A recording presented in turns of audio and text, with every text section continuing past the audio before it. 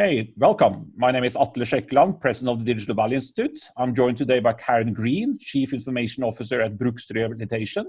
And I actually know Karen as a very innovative CIO, helping Brooks Rehabilitation, I would say, lead the way for innovative rehabilitation. This could be inpatient facilities, outpatient care, and physical therapy. So thank you for joining us, Karen.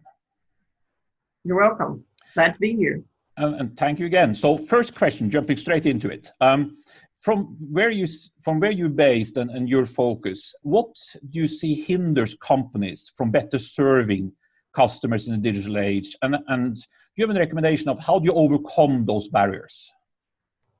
So I'm going to speak from my industry, healthcare, and look at us and that we're a little bit behind on digital innovation. However, we've come a long way in that we have started capturing our data in electronic forms in our EMRs and in other mechanisms that we're using. But lack of interoperability between our competitors, if you will, providers, and the inability to share that information in a timely way is one of the things that's hindering us. And for us to improve that, we really need to look at what are we doing to let go of our old ways of administering our healthcare services and going towards the new way. And that's what's holding us back. We're not really letting go of what we know and moving towards new ways of doing things and acting on those new ways. We tend to be open to looking at them, but we're not acting in that way yet. And that's what's hindering us and for the most part. So much so that the government is getting involved in offering up legislation around Medicare regulations and took comments from the industry for the last couple of months so that we can start moving in the right directions in both on the software vendor side, the vendors that provide the information collection tools, the EMRs, to the providers of the healthcare services and the way that they are sharing the information. Some of those things that we've been sort of accused of or in some instances hindering the overall sharing of information is information blocking. So that's one of the things that legislation is looking at to lift that hindering. The ability to safely match the right patient with the right piece of information. So I think that's for our industry is one of the more difficult things. If you get the customer wrong in retail, it's not so bad, but in healthcare, it can have repercussions that can mean life or death. So that's hindered us, and the government has hesitated to create a universal matching sort of mechanism, numbering scheme, whatever, in order to alleviate that issue. But now there's legislation to say maybe there is something the government can do to help facilitate a national patient identifying mechanism. It may be a number, it may be a series, it may be something else. I mean, we just have no mandate, and so it's the wild, wild west. And I think that's one of the things that we really have to get our heads around is how do we safely identify a patient so when their information travels with them wherever they go, that it can be easily and conveniently matched. And there's a tremendous amount of administrative burden. And so as we're serving our customers, our patients, we have to do it safely.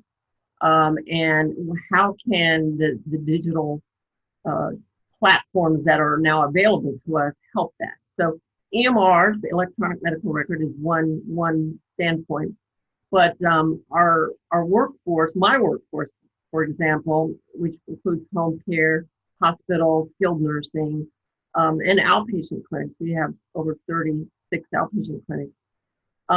They're not sitting at a desk. So a deskless workforce, mobile, if you want to call it that, is also where we're challenged. And so communications is probably one of the areas that we can improve upon to help this workforce work better. And that will translate, if you can make the workforce more efficient, communicating better and working better, that will translate into better customer service. The patients will be happier.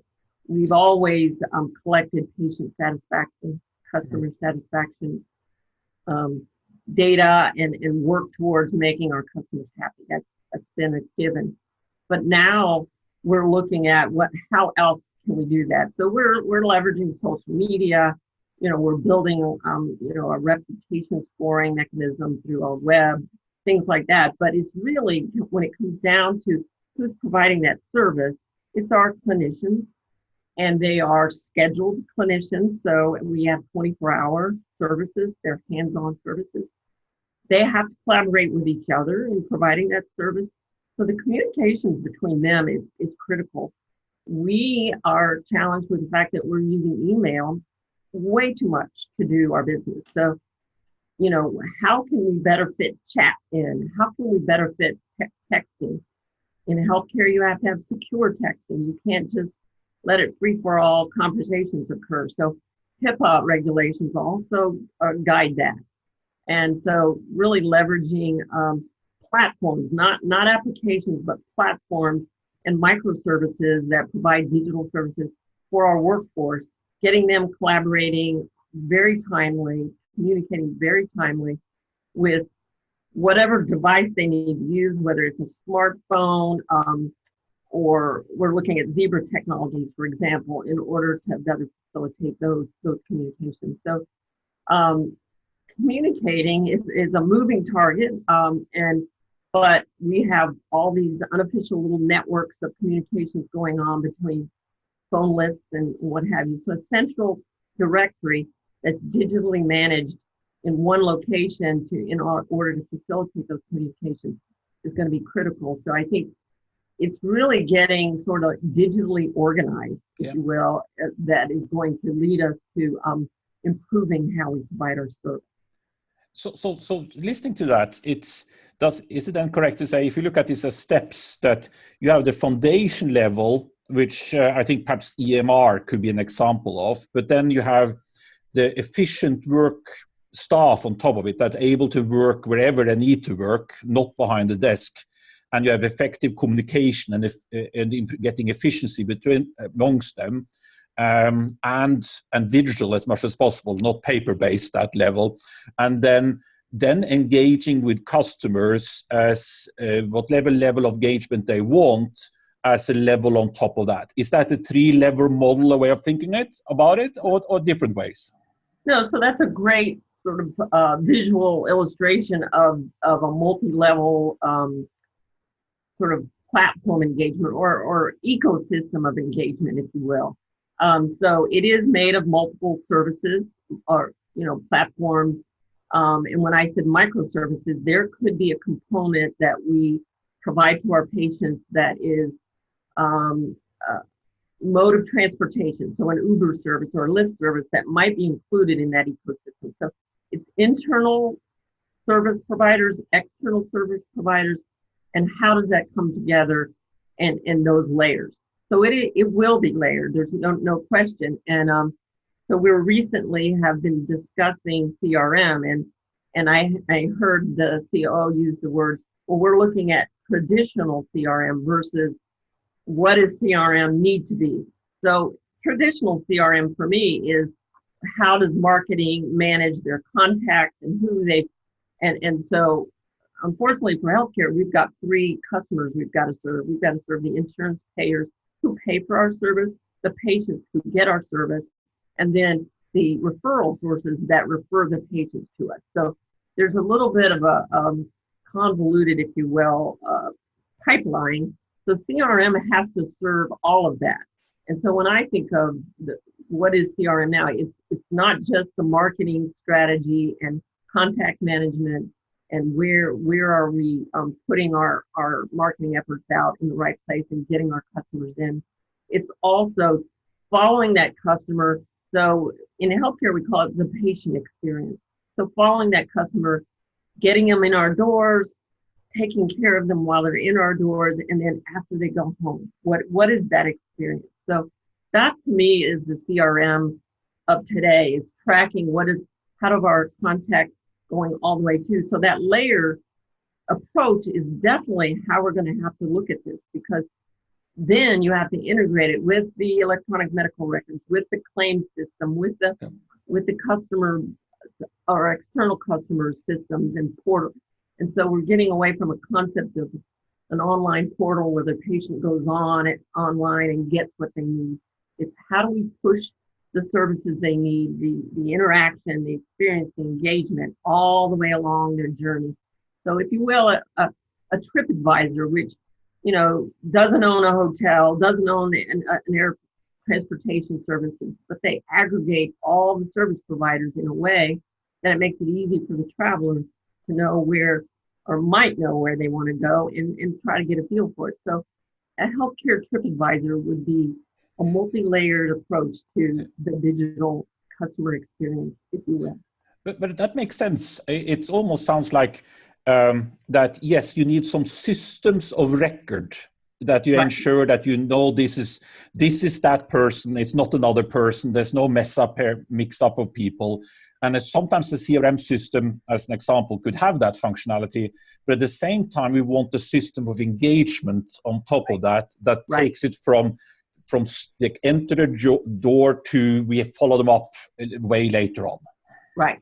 And a system of record also is where we get our revenue from. So the billing side has to be there, but it has to start to align with that system of engagement, and we have to be able to afford it. I mean, I'm a non-for-profit organization, so I'm trying to figure out what can I leverage that I already have and integrate with something new. And there's great stuff out there that if I could plug it in and start leveraging it now, I would. But I've got to figure out how to afford it and integrate it with what I've got. So last question to you. So then looking forward, what do you see as the critical success factors to better serving customers, patients in this digital age? Sure. So I have a vision statement. I don't have it in front of me that I'm looking at, but it really is that seamless ability to communicate timely and know what you need to know when you need to know it. And so that's not an application. It's not even a platform. So with a unified communications platform, for example, most of the magic and the secret sauce is behind the green curtain and it's invisible. So if I do this right, if I'm successful at pulling this all together, the end user, the deskless workforce, will have no idea of the effort that went into making their seamless experience. So for me, success is they are communicating timely.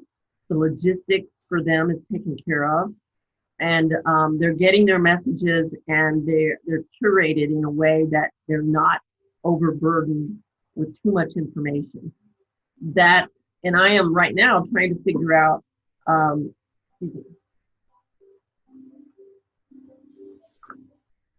Turn my phone off. I'm trying to figure out how to measure that success. So that's not an easy metric, but so I am in the process of coming up with what is the success factors for that excellent customer experience for both the workforce as well as the patient. So thank you very much again, Karen, for sharing your perspectives and your experience here. Really appreciate that. And so thank you again. It was my pleasure. Thank you.